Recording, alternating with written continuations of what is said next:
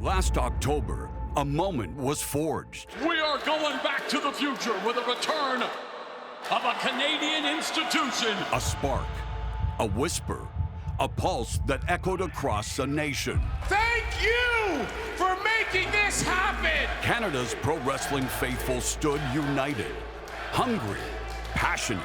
Sold out crowd shaking. These people are ready to riot. It wasn't just a show. It was a proving ground for Maple Leaf Pro Wrestling. Mamma mia! But that was only the beginning. I got 3 letters for you, WTF! The storm has returned, and it has transformed into something unstoppable. Winning the inaugural MLP Women's Championship would be so incredible. My name would be etched forever. This is more than a return. This is a resurrection. The crowd on its feet, standing in awe. 2 nights, one unrelenting force. It won't be until we're face to face. Only then will the world know what Kaito and I have known for the last 8 years. How the mighty of... I'm gonna make it look easy.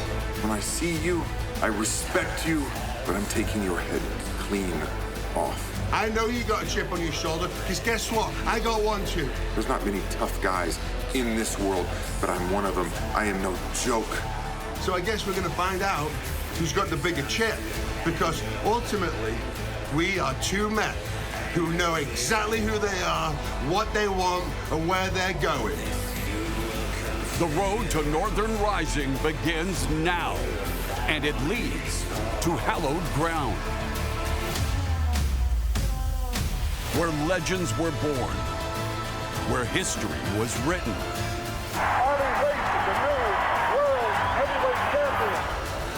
And where professional wrestling will rise again. This is more than an event. This is an awakening.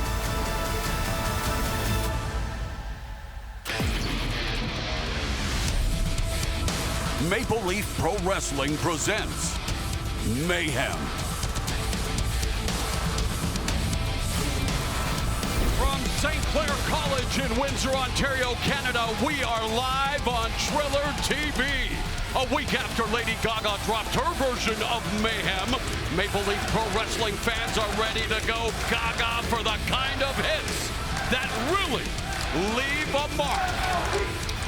Buonasera, io sono Mauro Ranallo, and my normal MLP wrestling broadcast partner Don Callis could not be with us this weekend. He and his family are in our thoughts, but I am joined by the one and only Veda Scott, who is going to help me provide the soundtrack for the goings-on inside that squared circle tonight, Veda. I am so excited to be here, Mauro, as part of MLP Wrestling, and I am especially excited to be here alongside you. Hey, I'm looking forward to being your talking tag team partner. Speaking of which, tag team's back again. Let's get night 1 of Mayhem started here at St. Clair College in Windsor, Ontario. This is Maple Leaf Pro Wrestling.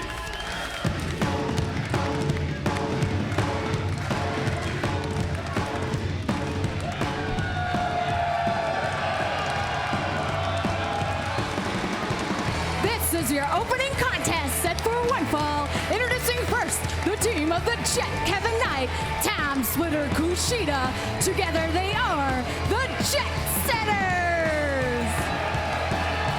Intergalactic Jet Setters, more like supersonic slayers. Blink and you will miss KUSHIDA and Kevin Knight. They move with the precision of an F1 pit stop and the impact of a fast and furious car shape.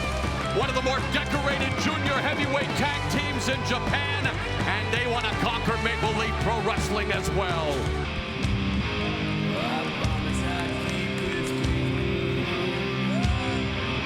Their opponents, they are the team of Blake Christian and QT Marshall. You know, QT Marshall doesn't have to put on the boots any longer.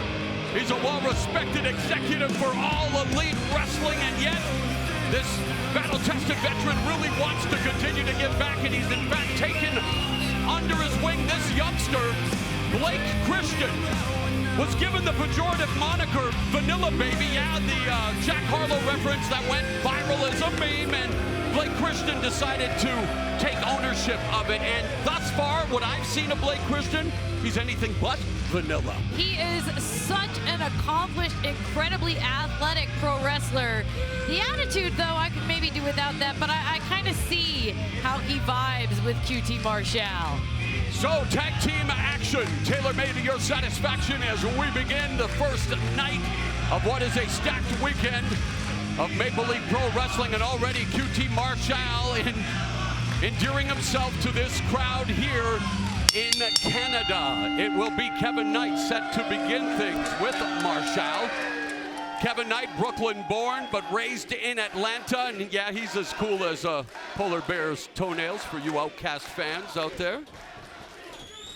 You mentioned how decorated the Jet Setters have been. QT Marshall, though, although he's celebrating as if he just did something. But QT Marshall, I mean, he has the years, he has the experience, and he definitely sees something in Blake Christian. He sees that they could become a successful tag team. Well, we've seen a lot out of the Intergalactic Jet Setters. In fact, Kevin Knight's been a two-time IWGP Junior Heavyweight Tag Team Champion alongside KUSHIDA. And KUSHIDA, he's been a four-time champion. Twice with Alex Shelley as the time splitters, but there's a veteran maneuver by Marshall, and now Marshall employing a side headlock, dropping Knight to one knee. Well, Knight's trying to free himself. He did it. Cross. Leapfrog. Beautiful athleticism and agility, and an arm drag that Ricky the Dragon Steamboat would be proud of. Beautiful use of the ring ropes by Kevin Knight. And that was enough for Marshall. He wants to say good night and goodbye, making the tag to Christian, and Christian meanwhile saying, what, are you throwing me to the Lions? And he got caught right away by the Jet. Kevin Knight wrenching back on that arm drag into the armbar. Tag is made, and finally our look at KUSHIDA, who has been one of the preeminent junior light heavyweights in the world, has earned the respect of so many fans, as you can hear here in Windsor, Ontario, looking for that basement drop kick. I thought he was going to do an Imanari roll, was also trained in mixed martial arts. Nice roll through there by Christian. Leg sweep by KUSHIDA, quick press. Only at one count, not even. Whoa. Irish whip, reversal, sent for the ride is Christian. Big hip toss, cartwheel. Oh, but it's KUSHIDA. Man, these two have done their homework. Absolutely. Again, Blake Christian, the attitude maybe leaves something to be desired, but he is becoming very quickly one of the preeminent cruiserweights, light heavyweights on the scene. I got a chance to see him in action last Sunday in Los Angeles at AEW's Revolution pay-per-view, and what a card that was, and a thrill to meet Will Ospreay. And Christian, in many ways, has those kinds of attributes. Absolutely. He has the athleticism, he has the skill. And but so does KUSHIDA. KUSHIDA has a one big advantage, experience. KUSHIDA has experience. He has collected titles all over the world. And, oh, wait a second. A little fish hooking there by Christian. And again, Christian not above, breaking the rules when necessary. Here's a reversal on the Irish whip, and in comes Knight. Now double team from the Intergalactic Jet Setters. Drop toe hold, and a reverse twisting splash by Knight that sends Christian to the apron. Listen, that standing vertical leap of Kevin Knight, it blows me away every time I see it. Yeah. And QT Marshall, he has had enough. Knight is the highest and the flyest guy in the room as he goes back to the ropes and springboard crossbody on Marshall. Marshall quick to his feet, but the Intergalactic Jet Setters send Marshall unceremoniously out of the ring. Whoa. Same for you, Christian. Wow. I mean, lucky for Blake Christian, someone was there to catch him, but unluckily for QT Marshall, he just got his partner in the face. And now look at this. KUSHIDA and Kevin Knight have developed into such a cohesive tag team. They hit the ropes like they've got frequent flyer status with Air Canada. It's incredible how much they use the ring to their advantage. And now Blake Christian has been isolated in the center of the ring. Tag is made, and in comes KUSHIDA. KUSHIDA, former WWE NXT Cruiserweight Champion, in fact, once faced Blake Christian in action. as a cruiserweight champion. And the Jet Setters, well, they continue to set the tone for this one, Beaa. Yeah, they are completely cohesive as a team. They have isolated Blake Christian, who's trying to beg off here.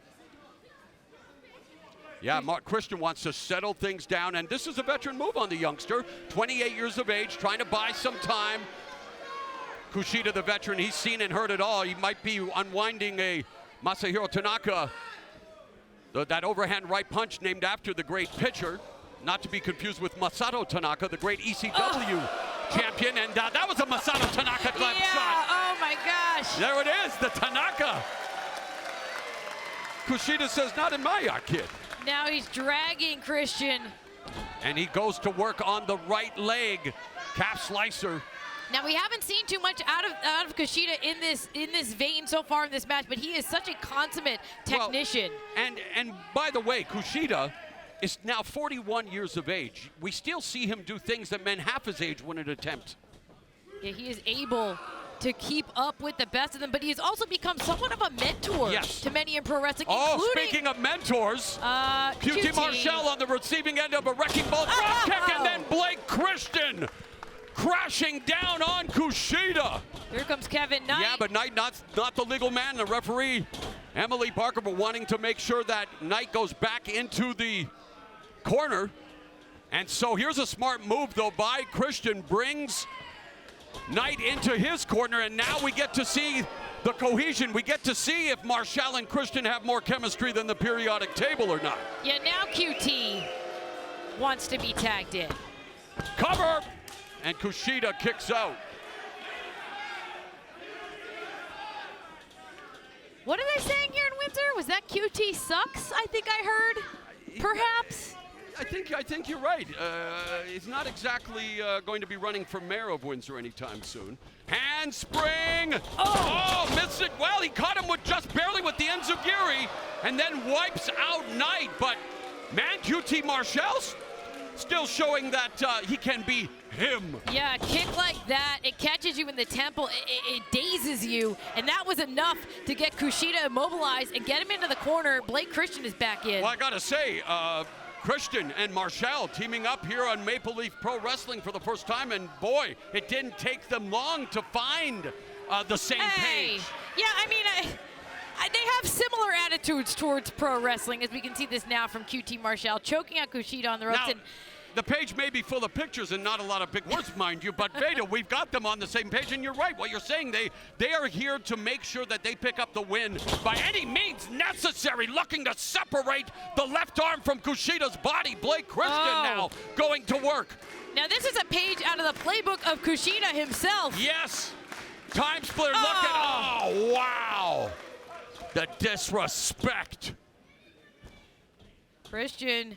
Not acting like one. Yeah, he's trying to drag Kushida over to the corner, and he made the tag as well. Kushida's trying to free himself. But here comes Marshall again. Good tag team work here by Marshall and Christian, and Kushida's been hobbled. Kushida with the handspring back elbow, and that wipes out Marshall. But how much did it take out of Kushida? That takes a lot of energy, and remember, he was already compromised, Beaa. He's got to make the tag. Kevin Knight is ready. There it is.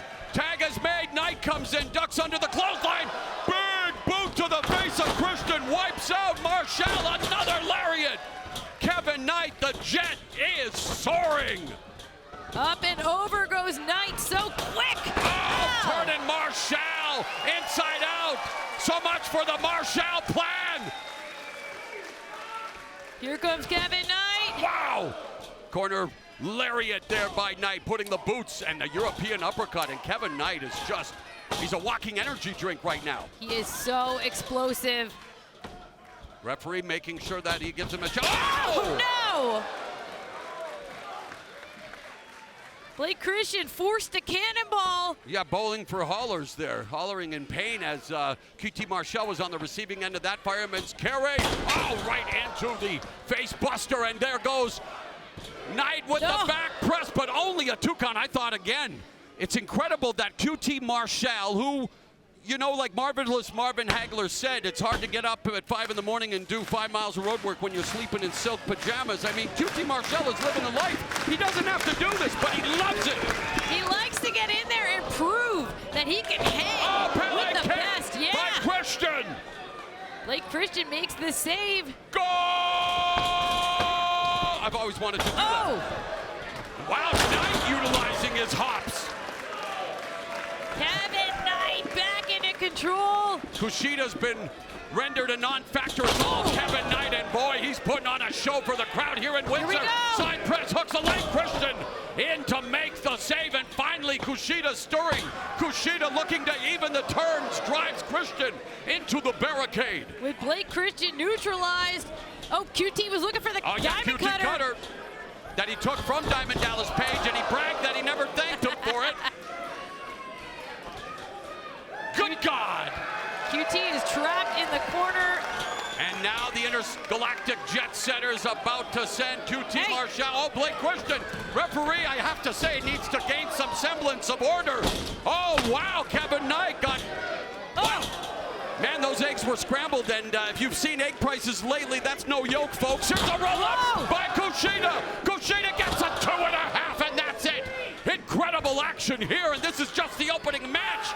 Oh, wait a second, KUSHIDA looking for the arm, looking for the hoverboard lock. Or as he likes to call it now, is a tribute to one of the best ever, Kazushi Sakuraba, the Sakuraba lock. Look at what KUSHIDA's doing to Christian. Now he's got that Sakuraba lock locked in, but Marshall is going to deliver a big boot to the face, breaking the grip.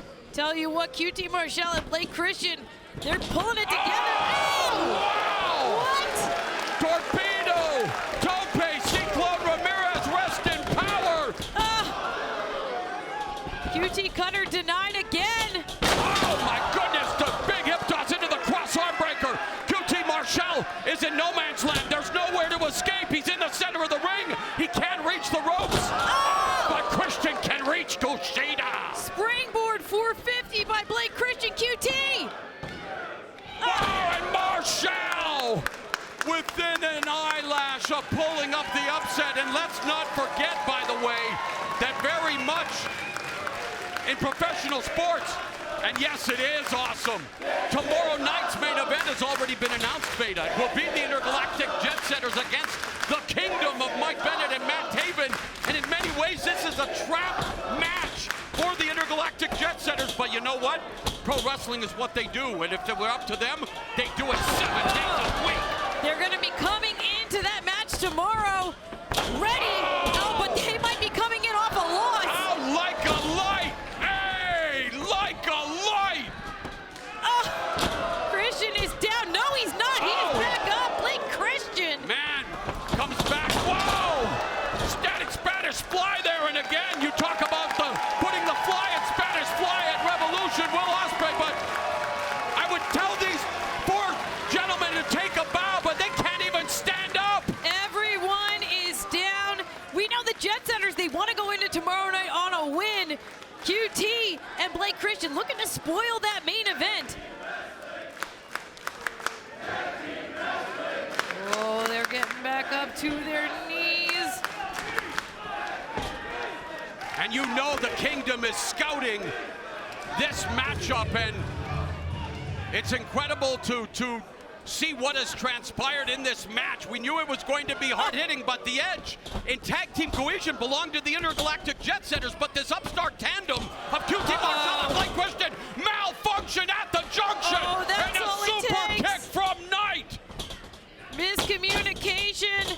I was just going to say they were working so well, but there's the cutter by. I mean, it says a lot about the talent of Blake Christian be able to turn this around. Oh, wow, stunning Kevin Knight. He's going all the way to the top turnbuckle. Blake Christian with the 450 roll through. Knight on his feet.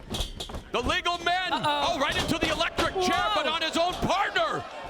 Knight. Unbelievable. Mamma mia. Holy shit. Speaking of which,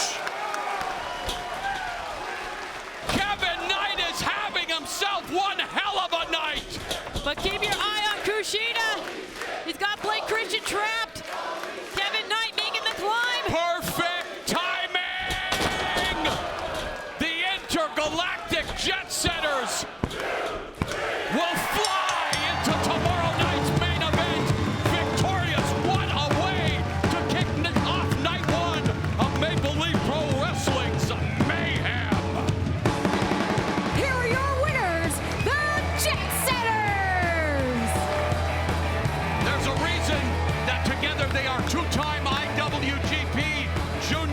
Heavyweight Tag Team Champions. Take a look at how this match ended up. Unbelievable. But in the end, the Intergalactic Jet Setters are headed to tomorrow's main event with a win. KUSHIDA and Kevin Knight, former two-time IWGP Junior Heavyweight Tag Team Champions, will headline Saturday night's Night 2 of Mayhem against the Kingdom's Matt Taven and Mike Bennett. As wow, there was plenty of Matt Mayhem inside that ring. And it is the month of March for Hoops fans. It's all about March Madness. But for Maple Leaf Pro Wrestling fans, it's all about Matt Mayhem. And we want to talk about our own bracket because earlier tonight we began the opening round of the tournament to crown the inaugural Maple Leaf Pro Wrestling Women's Canadian Champion. The field of 8. It started with, and Veda, you know a thing or two about women's wrestling. What do you think about this tournament? Tonight we have 2 more matches to start it off. We've got Kylie Rae taking on Zoe Sager. And of course we have Laynie Luck back in the house to take on Gisele Shaw. Any of them could advance, but earlier in the night we had 2 other matches. We have Taylor Rising advancing as well as Serena Deeb. And Mauro, I know I'm supposed to be objective here as a journalist, but if Serena Deeb is in this tournament... I can't see any journalists around here. If Serena Deeb is in this tournament, I can't bet against the professor. I'm sorry. A veteran pick, to be sure. And speaking of veterans, well, Maple Leaf Wrestling's greatest rivalry, it pitted 2 of the 3 Canadian-born NWA World's Heavyweight Champions, Whipper Billy Watson and Big Thunder Gene Kiniski. The other Canadian-born champion, none other than Christian Cage. But coming up tonight, in the main event, the 10 pounds of gold will be on the line as Thom Latimer defends the title against the artist formerly known as Baron Corbin in WWE, the Nomad Bishop Dyer. Earlier today, the champion with the belt making his way inside the building. Thom Latimer fought his demons, walked through fire to stand here today as the NWA World's Heavyweight Champion from the streets of England to the top of the wrestling world. He's been through wars in the ring and in his own life. And well, from lone wolf to constable to king to happy to broke to bitter, Bishop Dyer has had more transformations than a Marvel multiverse, but tonight the Golden Gloves boxing champion, the Brazilian Jiu-Jitsu champion, he is putting it all on the line. Thom Latimer versus the Nomad Bishop Dyer. The NWA World's Heavyweight Championship is tonight's main event. And now the last time the NWA World's Heavyweight Championship changed hands on Canadian soil was 20 years ago when Raven was defending the title against Jeff Jarrett. And in the end, Double J was able... That's it. We have a new champion. So 20 years ago, Jeff Jarrett won the NWA World's Heavyweight Championship on Canadian soil. Tonight, Bishop Dyer is going to try to become the 60th person in history to lay claim to the 10 pounds of gold. Right now, we're set for this 8-man all-star tag team match. Without further ado, let's go to our ring announcer, Jade Chung.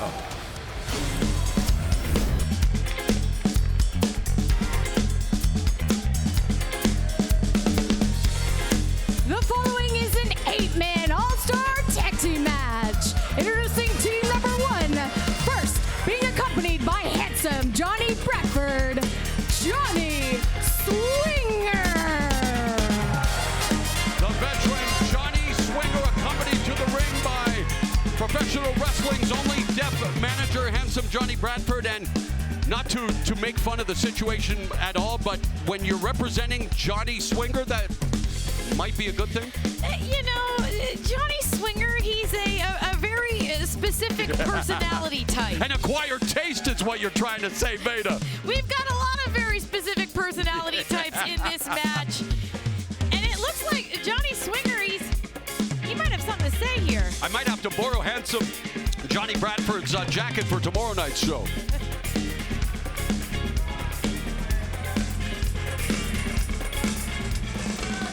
All right, let's hear from Johnny Swinger, whether we like it or not.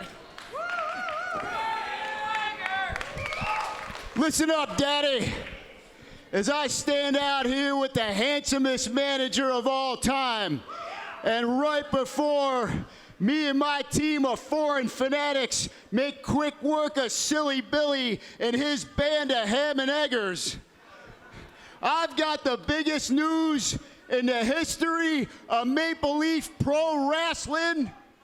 It's the biggest news in the province of Canada. How many you got? You don't even know, Daddy. Hang on to your Tukis, Daddy. No, the palace isn't coming back. Not the dungeon. Are you ready, Daddy? From this night forward into the next 50 years of my career, I will be known as Johnny the Swingman Parisi. Why, you ask? Because my great uncle, the Italian cannonball Tony Parisi, is without a doubt the biggest legend in the history of Maple Leaf Wrestling. And I'm gonna carry on the tradition with all the excitement, the high flying action, the high risk maneuvers, the cannonball off the top. If they put up a cage, I'll come off that too, Daddy. And the most important reason, a double payday, Daddy. Sorry, did he say 50 more years? I just said I didn't get to eat at his great uncle's restaurant. I know he made a great meatball. Tony Parisi, former WWE Tag Team Champion. Next, from Calgary, Alberta, Raj Singh. Great job by Jay Chung, but I think it's from Calgary. Insert Landstorm dramatic pause, Alberta, Canada. We've got Raj Singh, the son of the legendary Gama Singh Jr., the great Gama. His mother calls him son because he shines like one. Rohit Raju. I still see Karachi Vice t-shirts around, by the way, but wow, this Rohit Raju, his charisma takes over the building the moment he hits the ramp. Look at him. And their partner from Brisbane, Australia, he is the PWA Champions Grail holder, Ravenist Rohan Raju.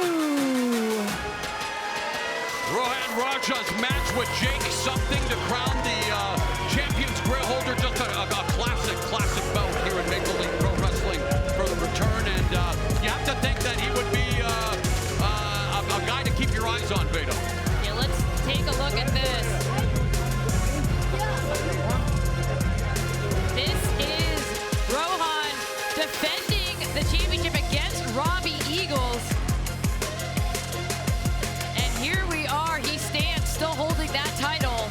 And he defends it around the world. That's the mission statement.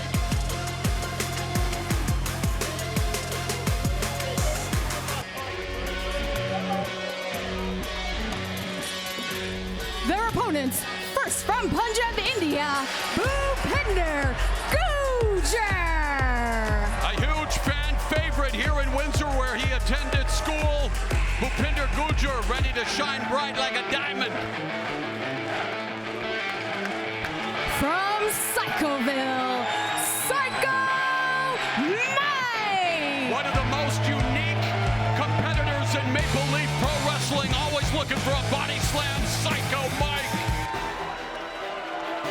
From Destruction Bay, Yukon, he is the master of reversos, El Reverso! Former Qatar champion, El Reverso.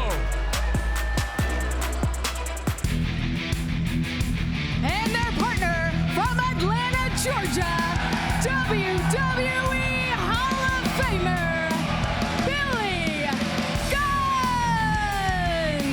And he's got 2 words for you.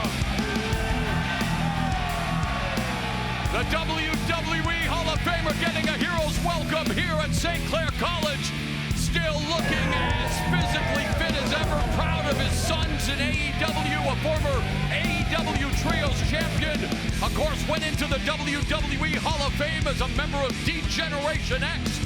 And he's ready to raise some hell here as we are set for this 8-man all-star tag team match.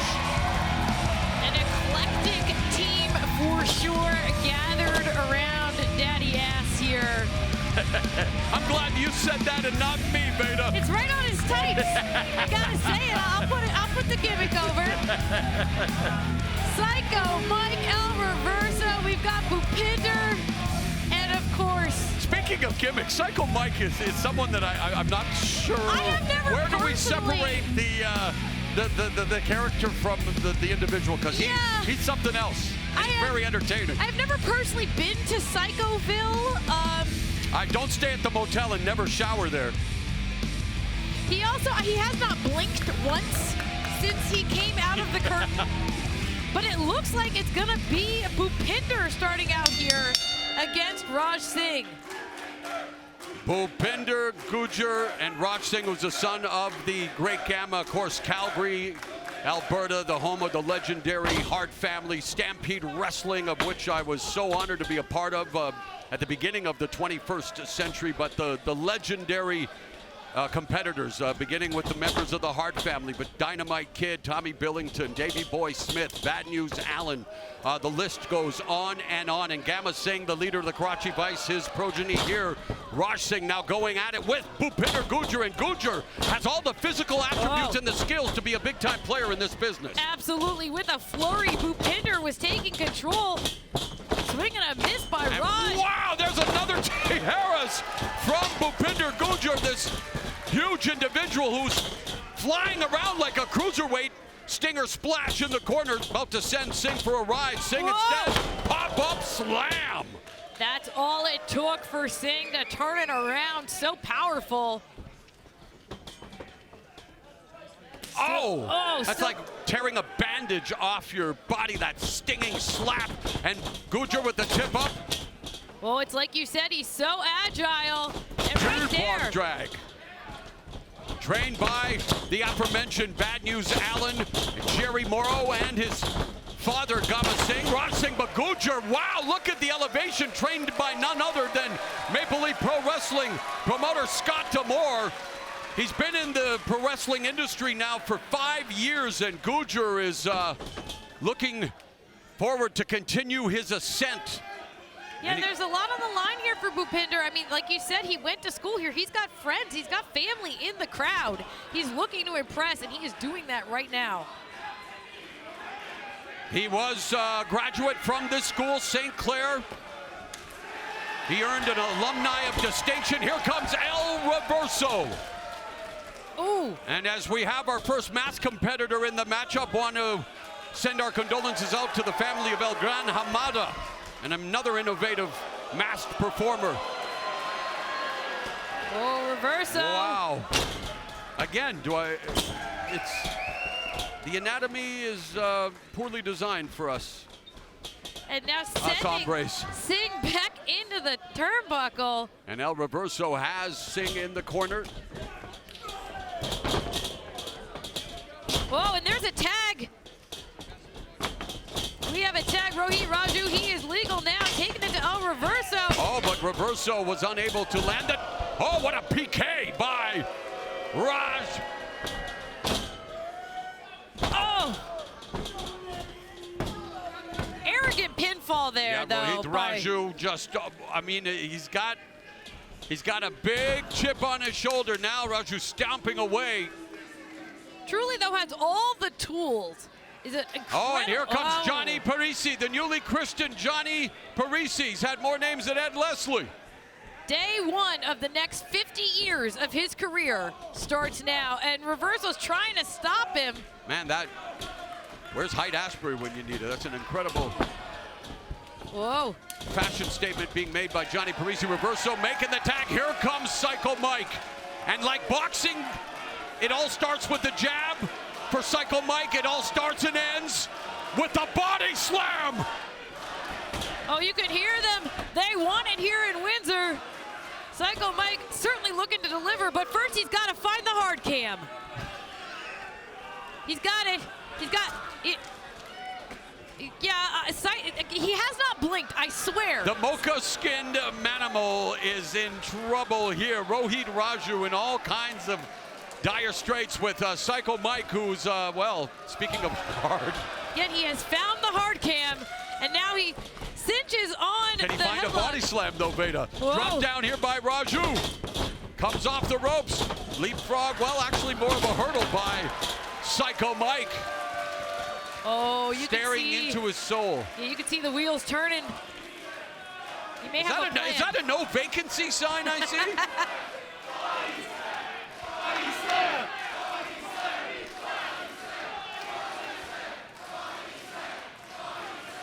The fundamentals, kids. Always learn the fundamentals. And you too could have an arena full of people yelling body slam. Oh, well scouted by Raju. Tag is made. Oh, body slam denied. Sad Charlie Brown. And there's too many R's in this matchup, by the way. I'm trying to acclimate myself with all of the double R's. Yeah, well now we got an A-double-S. I got a double R for a brother, and he's in trouble enough. But you're right, here comes Billy Gunn. And this is a big boy. And all the credentials in the world, multiple-time WWE Tag Team Champion, member of the New Age Outlaws with Road Dogg, Jesse James. Oh, and there's the 2 words for you. Oh! Rohan Raja, he holds on to that champion's grail. Yes, he does. But right now, Billy Gunn just muscling through this. We got 8 competitors, 4 corners, 1 undeniable truth that only the strongest going to survive this matchup. There's the wily veteran, and there's a beautifully executed kick by Gunn. Billy Gunn goes for the lateral press, but the pinfall broken up, and now here comes the Mayhem. Oh, Mara, we knew it was going to come to this. It's not just a name, it's a promise. Oh, and we are scissoring. Oh. Things are really breaking. No, he's can doing we have dinner for? Oh, okay. Oh no! 4-way scissor, no! And Speedball Mike Bailey would be joining us for that dinner, right? Wow, yeah, scissor, no. Listen, there's lots of types of marriages out there. I want to know who's the rock and papers. If someone's playing scissors, I need the other 2 in this matchup. And now things have really broken down on the outside. And on the inside, Wait, Psycho Mike, he wants the body slam. He's got a big plan here. He wants the tag, and they want to see a body slam. Billy Gunn acquiesces. Ever the statesman. Oh no. Oh! Raja lands on his feet, and what a forearm to the, and a backstabber by Raja. And that will keep you from executing a body slam because you need the lower back is a big part of lifting up your opponent. So not even Psycho Mike is going to be able to pull that off. Well done by Raja, and now brings him into hostile territory. And man, Rohan Raja, he is all business. I mean, he calls himself ravenous. That should say enough. Began training at the Storm Wrestling Academy. Who hasn't trained at the Storm Wrestling Academy? Says a lot about the roster here at MLP, and we now have... And it speaks a lot about the acumen and the training ability of a guy like Lance Storm. I just went down the ECW rabbit hole again, and the Impact players, and just so many great performances during that era, Vega. Absolutely. And we got the new generation here. Johnny Parisi, the new generation. Yes, a young gun, a young stud, if you will. At 51. Well, this is his rookie match. It here is. It's his first match. Well, to be truthful, he has performed as Johnny Parisi in the past, but you're right, not here in Maple Leaf Pro Wrestling. And now, oh wow. Okay, forget Hogan Andre. We've got Parisi, Psycho Mike. Oh! And the body slam heard around the world.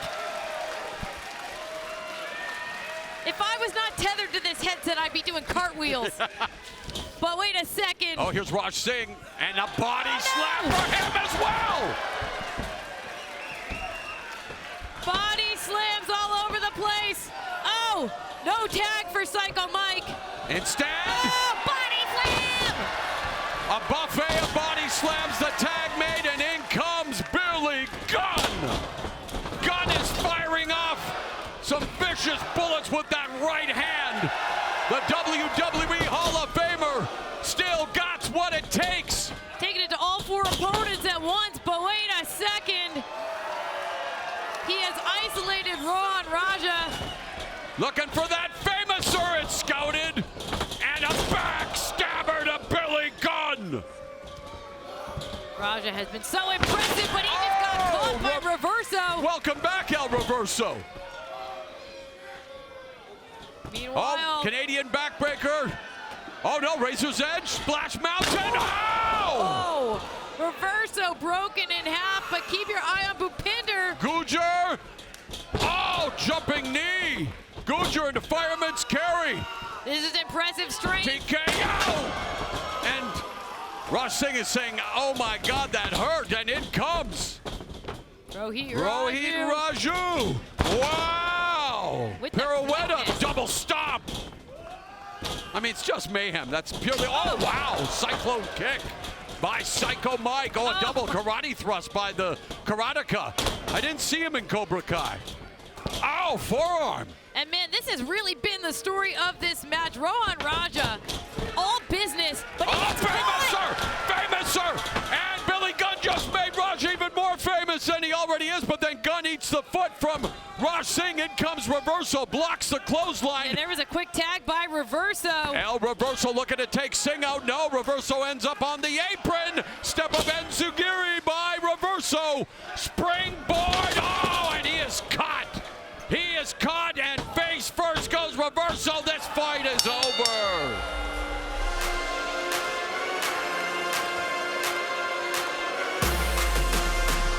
So the champion's grail holder, successful.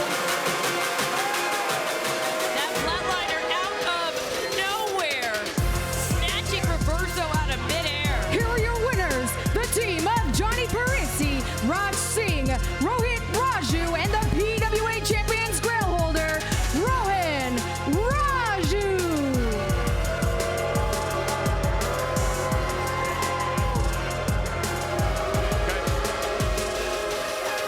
All right, everybody, what a chaotic matchup there. Plenty of mayhem here as we continue the road to Northern Rising.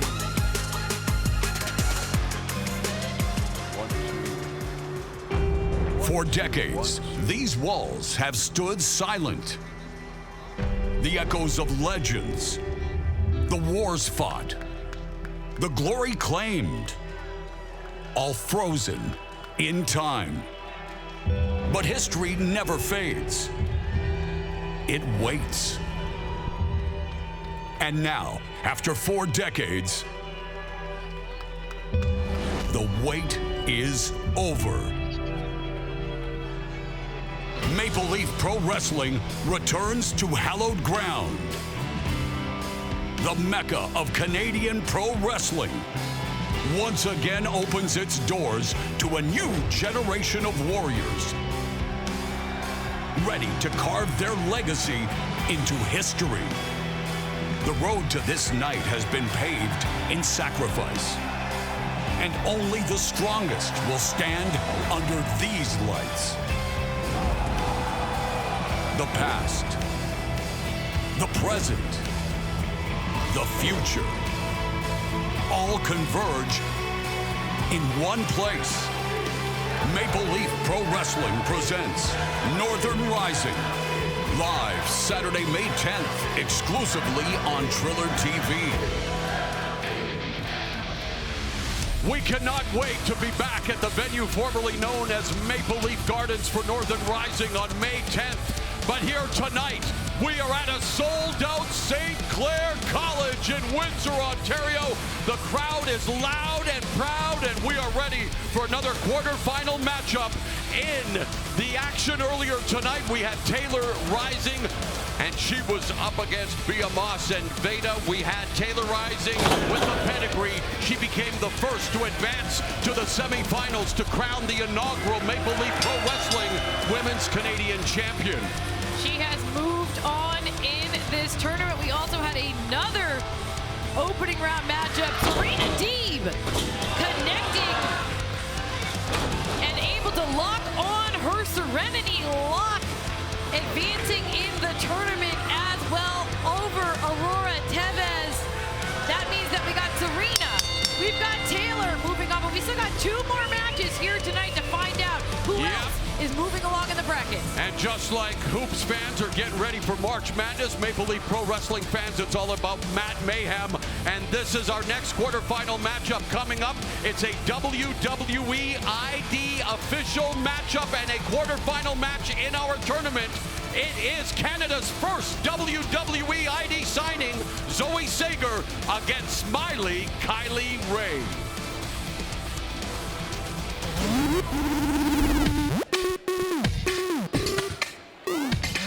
The following is a WWE ID official match and a MLP Women's Canadian Championship quarterfinal match. Introducing first from Chicago, Illinois, Smiley Kylie Rae.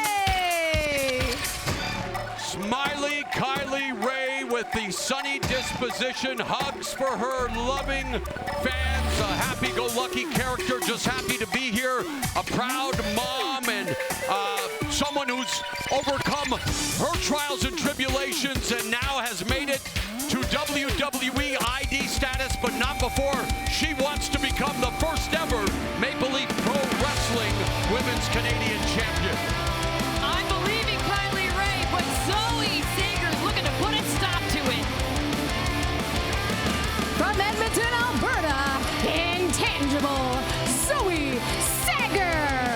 And Zoe Sager actually holds a 1-0 advantage over Smiley Kylie Rae. They met last July in Sager's hometown of Edmonton, Alberta, and she beat Kylie Rae. So in terms of the psychological edge, Zoe Sager won up on Smiley Kylie Rae. You know, going into this matchup, I think you might think that maybe Zoe is an underdog. Kylie has so much experience, but like you said, Mauro, it's Zoe who has the win. Yeah, and it's Zoe who has the attitude to match. yeah, Sager's determination. It is as unyielding as the Canadian Rockies, but as you can see, she's not back in town until victory is hers. And for Rae, before becoming a full-time professional wrestler, she worked as a stunt woman, performing stunts for the film Divergent and the TV series, one of my faves, Shameless. And there is no shame in the game here, as they would love to join Serena, Deeb, and Taylor Rising in the semifinals of the tournament. And immediately, Sager employs the side headlock, grounding Rae. Sager is just such a well-rounded competitor. But at the same time, Kylie Rae, she utilizes a number of different submissions, including a crossface. She's looking to wrench down on the shoulder, the wrist, neutralize the arm. Oh, but Sager, it looked like she just dislocated her own arm to get out of that. The arm wringer, now side headlock by Sager, doing a good job of neutralizing. And like you mentioned, taking away one of the weapons that Rae uses to employ the crossface, but now Rae using her athleticism and her alacrity, immediately turning the tables, but now Sager does the same into a hammerlock. Whoa, Kylie's good chain in trouble. wrestling. Yeah, Kylie's in trouble, but she's able to escape. Yeah, reversal into the side headlock takeover. You know, this one really is a clash of the styles that you got with Smiley Kylie, the tenacious technician Sager, and what are the aspects of this matchup that you're really intrigued about when it comes to who you think may prevail, Veda? Well, you know, whoa, cover here by Rae, 2 count. We talked about the technical prowess of Kylie Rae.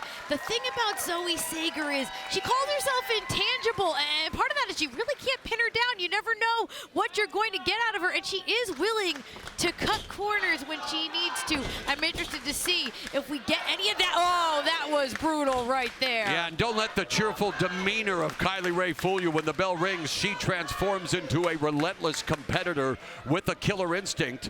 For sure. I've seen Kylie flip that switch too. She's taking control again. Now it's Sager firing Rae off into the ropes. Drop down by Sager, roll through by Rae. She lands back up on her feet, and now the mind games begin. Deep arm drag by Rae. Employs the arm bar. Kylie going back to that arm, back to the shoulder. Might be thinking crossface in the future. And you know, Zoe has this scouted.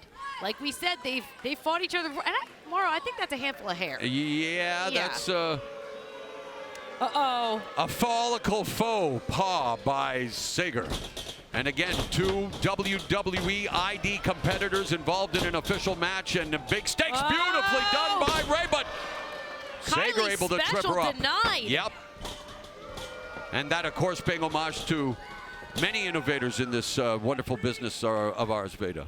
And look at spinning toe hold, wow. Zoe has immediately isolated the leg, the knee of Kylie Rae, and this is just brutal. Oh no, I don't think that Kylie's leg is supposed to bend this way. Oh. And she's nowhere near the ropes.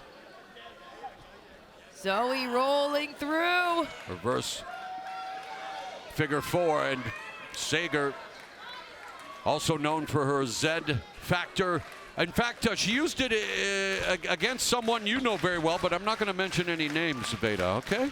All right, we won't say anything. Zoe Sager has fought some of the absolute best in the world and oftentimes comes out on top, including against Kylie Rae. You know, she has that victory, and Kylie knows it too. Kylie has this scouted, but whatever Kylie's, whoa, hold on, shoulders down. Shoulders are down, a reversal by Rae for a 2 count. Whoa. But again, Sager, beautiful reversal here by Rae. Again, the shoulders are down, but just for a 2 count. Oh, Kylie's limping. Yeah, she's been hobbled. Oh, clothesline. Another lariat by Kylie Rae. But she's been hobbled. Let's see if she can carry Sager's weight. She's trying to, the TKO! She had to shake out the leg. Shakes it out, and then she shakes up Sager's world for a 2.5 count, but that is it.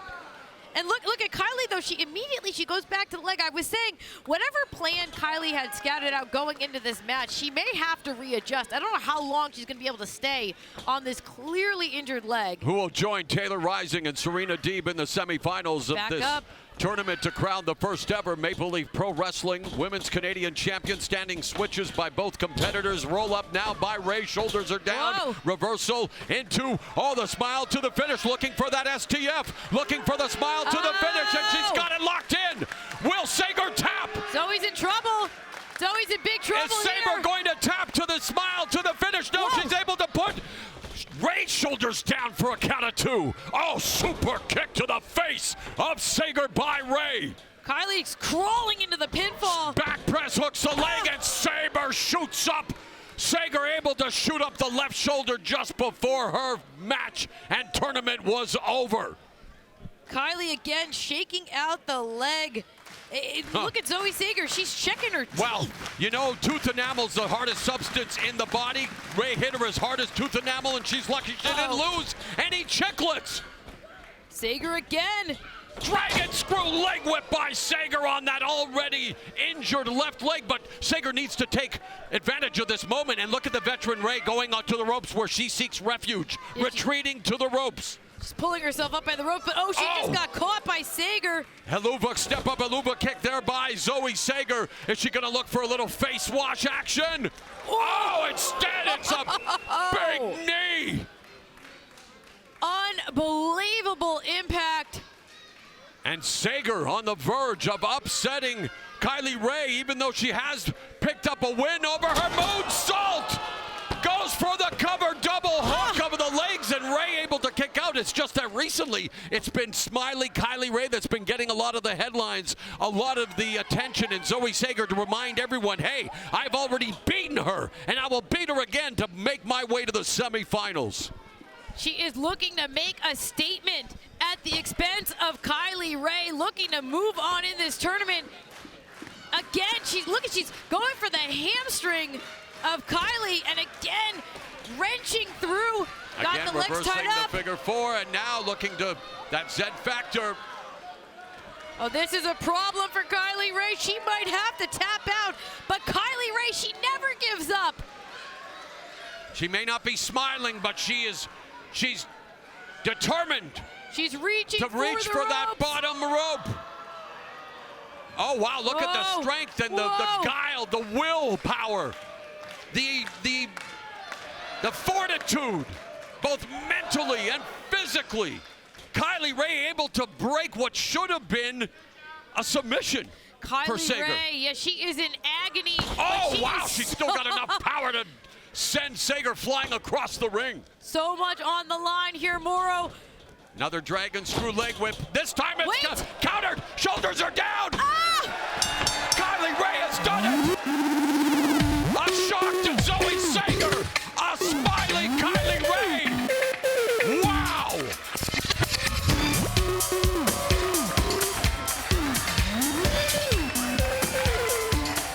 Here's your winner, and advancing into the semifinals, Kylie Rae. Beaa, your mouth is agape. My mouth is agape. That was a shocking conclusion to this quarterfinal matchup. Listen, I would never count out Kylie Rae, but Zoe Sager, I thought she had this in the bag. And so, look at Zoe. She's flipping out on the outside. Well, it's now 1-1 in their personal series, but the more important fact, Kylie Rae joins Taylor Rising and Serena Deeb in the final four of the tournament to crown the first ever Maple Leaf Pro Wrestling Women's Canadian Let's take a look here. Zoe Sager looking for the dragon screw one more time. Kylie this time one step ahead. Shoulders down for the three. Zoe couldn't believe it. She's knocked out of the tournament.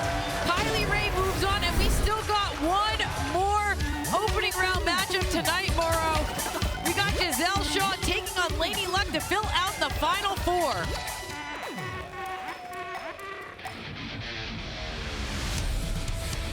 And here are the updated brackets. It will be Smiley Kylie Rae taking on Taylor Rising in one of the semifinals. Meanwhile, Serena Deeb awaits the winner of our final quarterfinal matchup. Laynie goes up against Gisele Shaw. Still to come tonight, night one of Maple Leaf Pro Wrestling's Mayhem.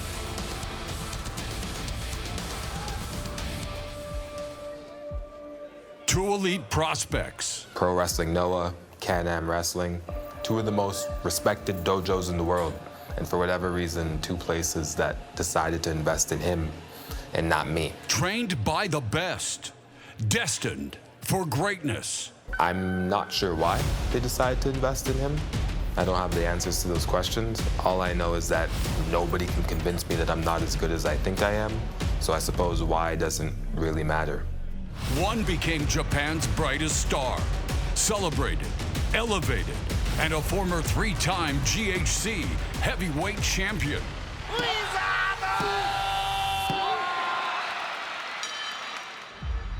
The other, left in the shadows.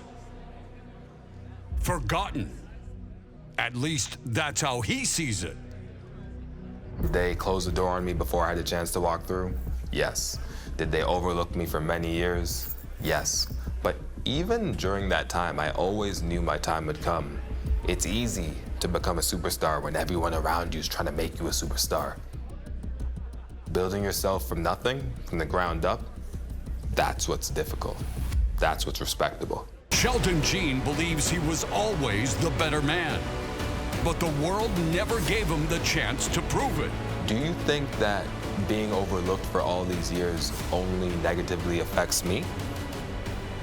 No. Two careers, and now one collision. It affects my brother. It affects my mom. It affects my squad. And for that reason alone, I'm gonna take his head. The proving ground isn't in Japan.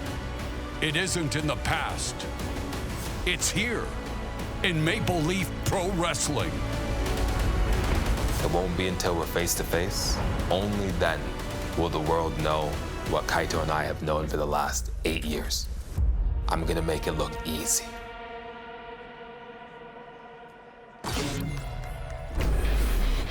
So we are set for this personal matchup. Two former students in the same class who've gone in different directions. Kaito Kiyomiya clashes with Sheldon Jean here at Maple Leaf Pro Wrestling's Mayhem.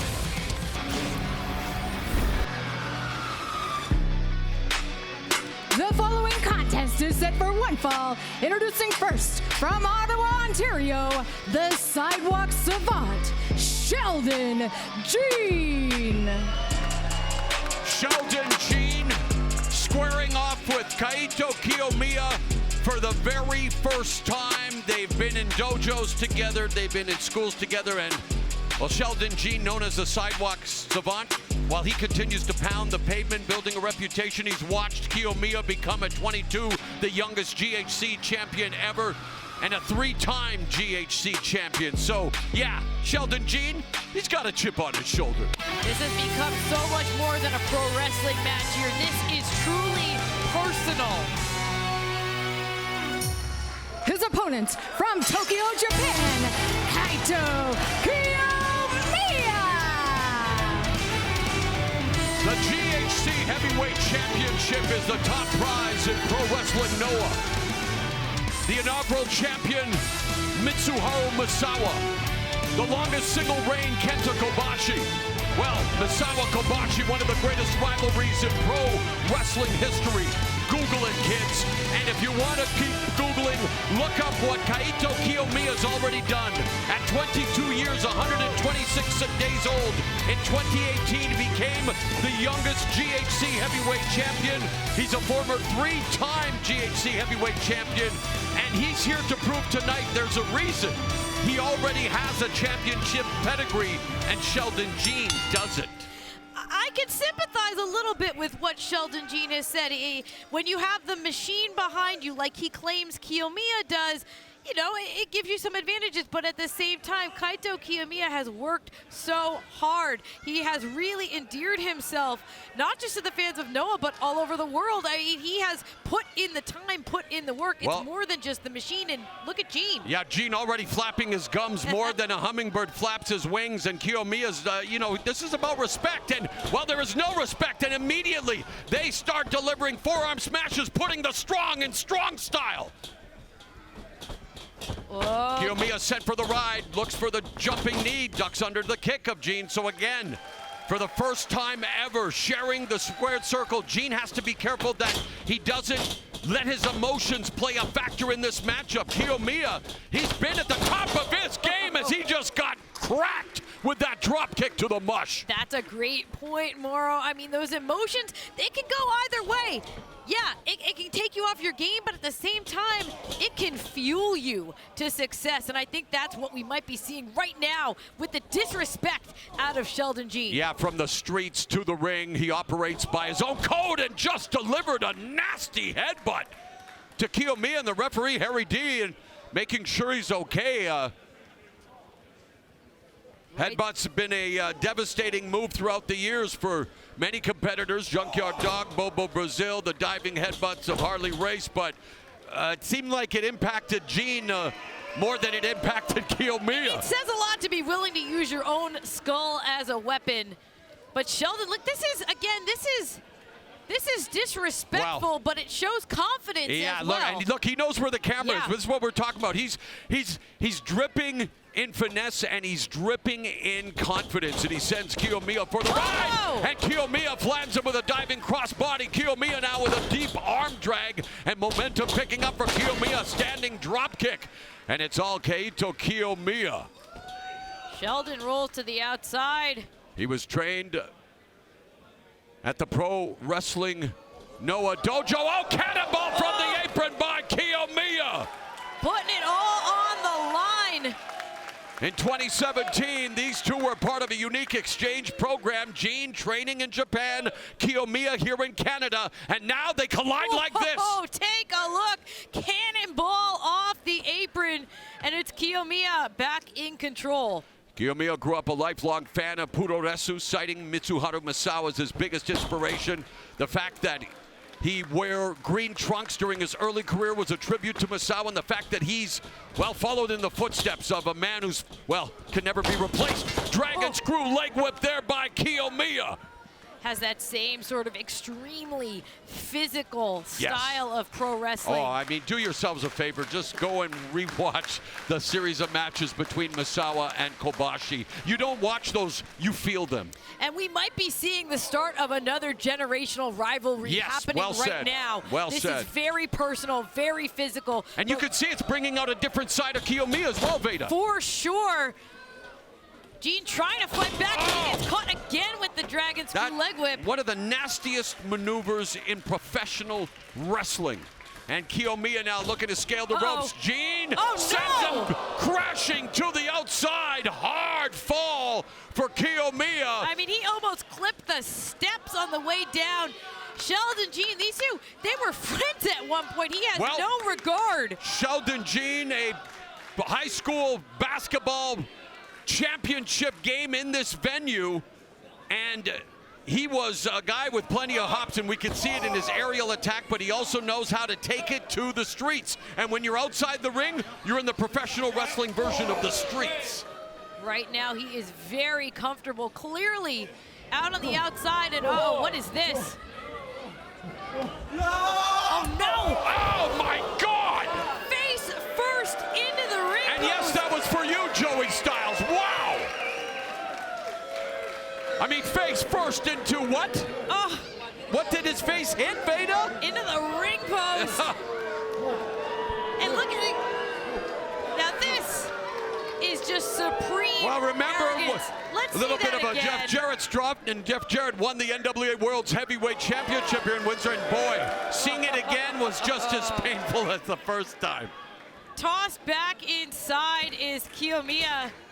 And Sheldon Jean now proving that, well, you know what? He's got to be very careful, though, with this. I talked to him earlier tonight. He knows full well what opportunity's been afforded to him. And yes, you want to entertain, you want to put on a show. But if you want to prove that you're a champion like the man you shared so many training sessions with, then let's get down to business like he's doing right now. Sheldon Jean has said that he should be a star on the caliber of Kaito Kiyomiya. He said it's only been a matter of circumstances.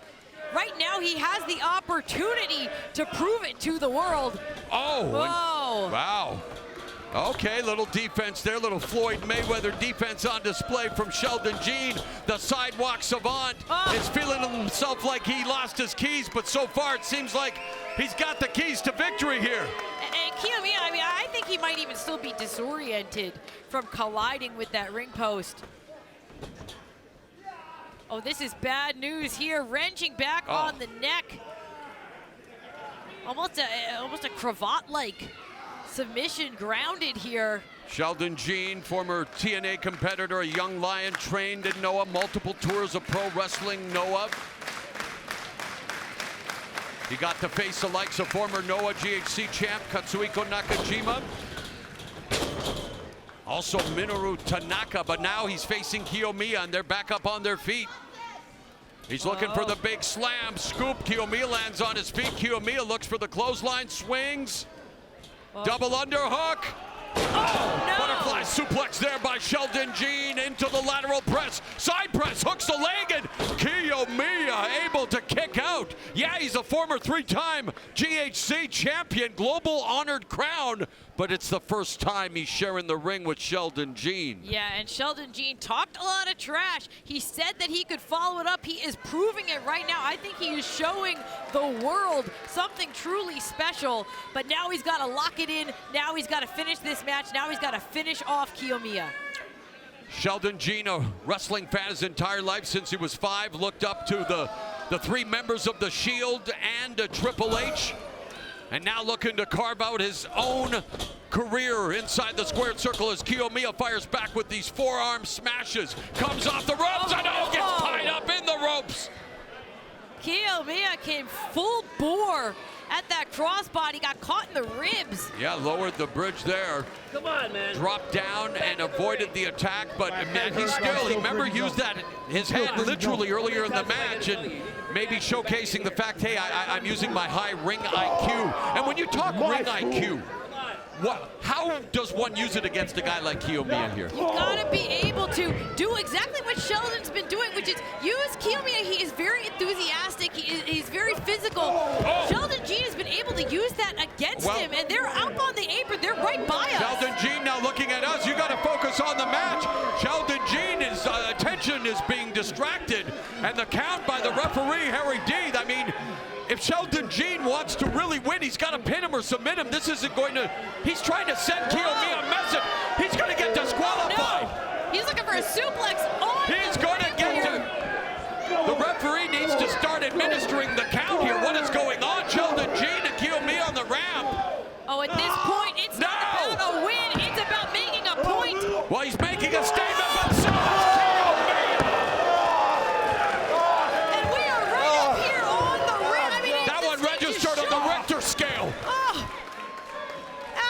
again, they need to get back into the ring or they risk being counted out in what has been a tremendous matchup, and Sheldon Jean now knows what it feels. Look at this, oh!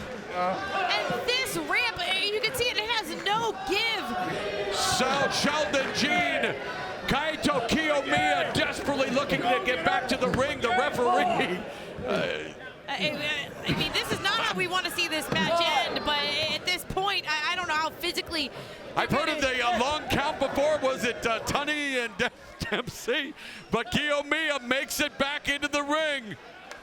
Sheldon. And so does Sheldon Jean. And you know what? The referee, like the rest of us, he wants to see these two young lions continue to med it out in the ring, because what a matchup we are witnessing. Kiyomiya back on his feet, so is Sheldon Jean. Oh, not for long. Jean gets flattened by the back elbow from Kiyomiya. What a drop kick, what elevation. Speaking of Lance Storm, whose name we've mentioned throughout the night.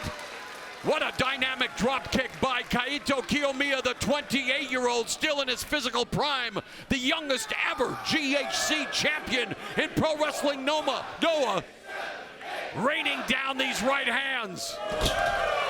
Sheldon Jean is rocked. Discus forearm.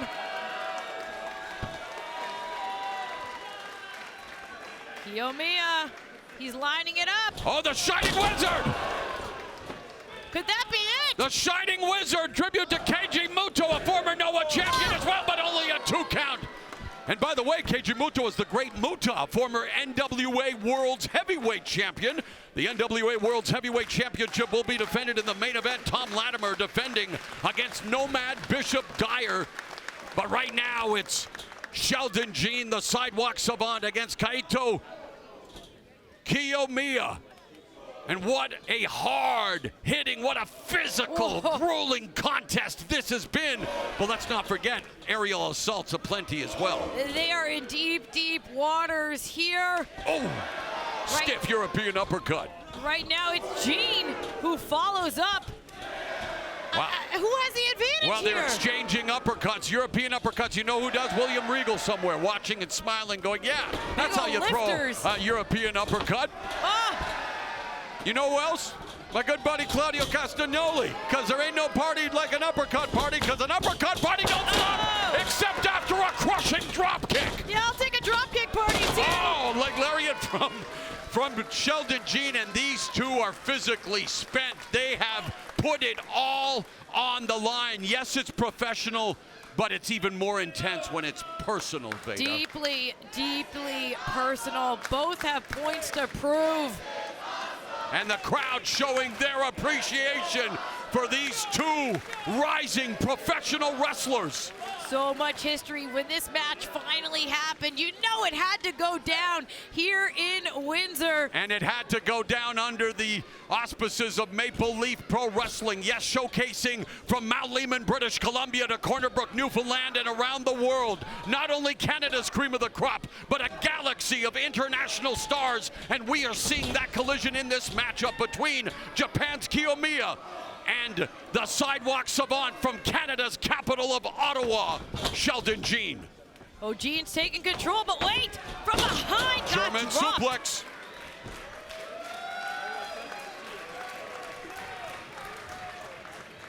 Kiyomiya, he is really feeling it now. And you know Jean is feeling pain and, oh, reverse leapfrog, whoa! Does he think he is Saquon Barkley? Oh, what a neck breaker by Sheldon Jean! Oh, this is it, the reverse hurdle, the cover, Jean, oh, wow! Closer than close. Close. Can you imagine what that would have meant to the confidence level of Sheldon Jean to say, yeah, you're a 3-time GHC champion, but I just beat your ass? Take a look at this. Big boot to the face of Kiyomiya. To the face, no, through the face. Well said. Sheldon Jean, he is just seconds away from the biggest victory of his career. And it would catapult him into instant contendership in Pro Wrestling Noah. You know they're watching from the land of the rising sun, watching one of their young former 3-time champions. He just delivered a basement dropkick to the patella tendon of Sheldon Jean and does it again. breaking down Sheldon, Jean, Kaito, Kiyomiya.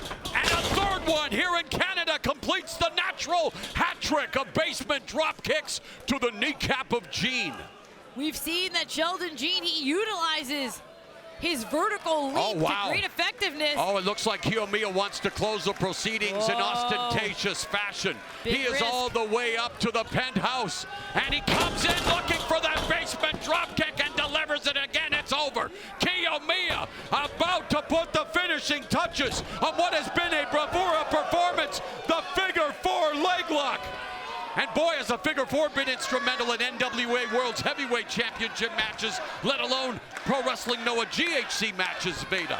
Absolutely. I mean, it is a time-tested hold.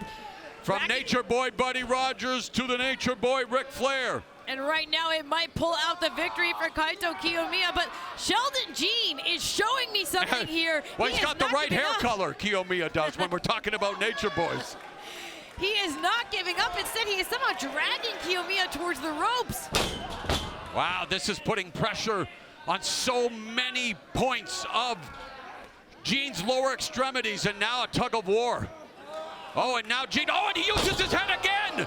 Remember early on in the match, he used his head, and now, I hate to, you never want to risk getting a concussion, Beaa, but what else was he supposed to do there? That was maybe out of desperation, but it also might have been a knockout for Kaito Kiyomiya. We can see our official was checking on him. Looks like the match is going to continue, but Kiyomiya is in bad shape. Well, so is the right knee of Sheldon Jean. That is in bad shape. Oh, yeah, he can after barely a series stand. of basement drop kicks.